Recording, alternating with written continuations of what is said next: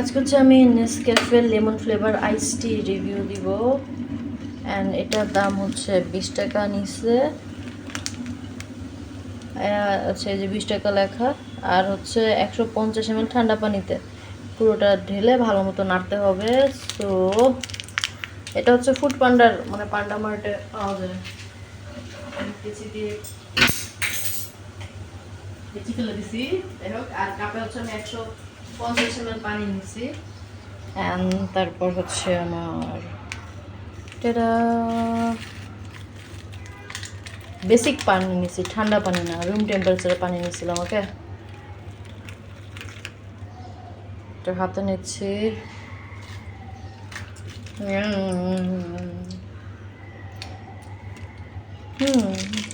ভালো লেবু ফ্লেভার।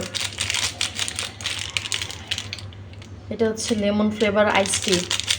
খুবই পারফেক্ট, খুবই পারফেক্ট লেমন ফ্লেভার।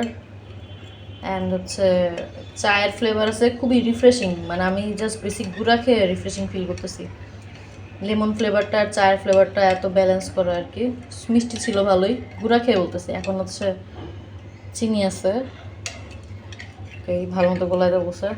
সব থেকে ভালো হচ্ছে আমি যদি কাঁচের গ্লাসে দেখাতে পারতাম, বাট আমি হচ্ছে 150 ml মাপার জন্য করে ফেলছি কাপে কাপে ঢেলে ফেলছিলাম। Here we go.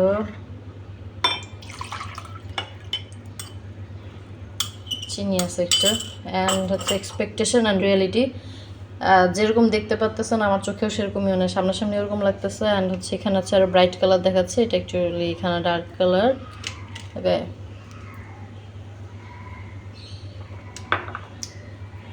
ভালো পরিমাণে চিনি আছে।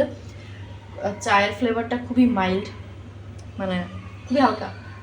লেমন ফ্লেভারটা খুবই সুন্দর আছে, টক না বাট লেমনি ফ্লেভার আছে, খুবই রিফ্রেশিং। অ্যাকচুয়ালি এটা ঠান্ডা আরও মজা লাগবে।